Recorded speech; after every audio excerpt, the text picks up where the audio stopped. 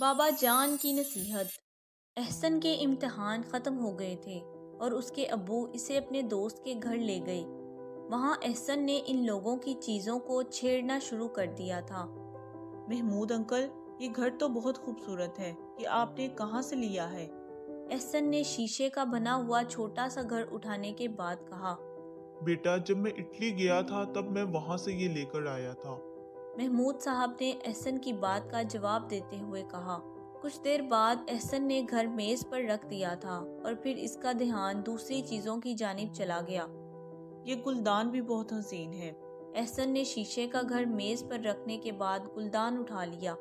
احسن بیٹا، چیزوں کو یوں اٹھاتے نہیں، یہ کھیلنے کی چیز نہیں ہے، ٹوٹ جائے گی۔ احسن کے ابو فارس صاحب نے اسے سمجھانے کی کوشش کی۔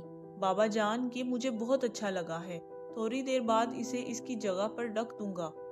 احسن کی بات سننے کے بعد اس کے ابو کو بہت افسوس ہوا کہ ان کے بیٹے نے ان کی بات نہیں مانی۔ جب وہ دونوں گھر واپس آ گئے تب احسن نے محسوس کیا کہ ابو اس سے زیادہ بات نہیں کر رہے۔ بابا جان، کیا آپ ناراض ہیں؟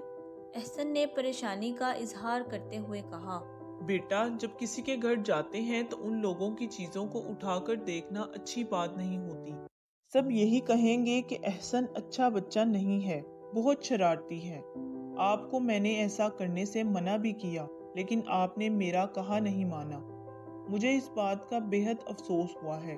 احسن کے بابا جان نے اسے وہ بات بتا دی تھی جس کی وجہ سے وہ خفا ہوئے تھے۔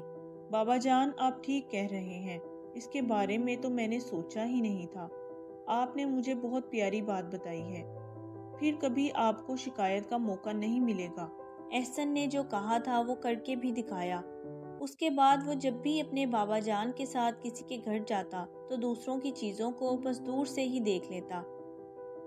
پیارے بچوں، اس کہانی میں ہمیں یہ سبق حاصل ہوتا ہے کہ کسی کی چیزوں کو اٹھانا اور پھر کھلونا بنا کر کھیلنا بری بات ہے۔ چیزیں ٹوٹ بھی سکتی ہیں اور اس طرح دوسروں کا نقصان بھی ہو سکتا ہے۔ اچھے بچے ایسا کام نہیں کرتے۔ Subscribe for more videos.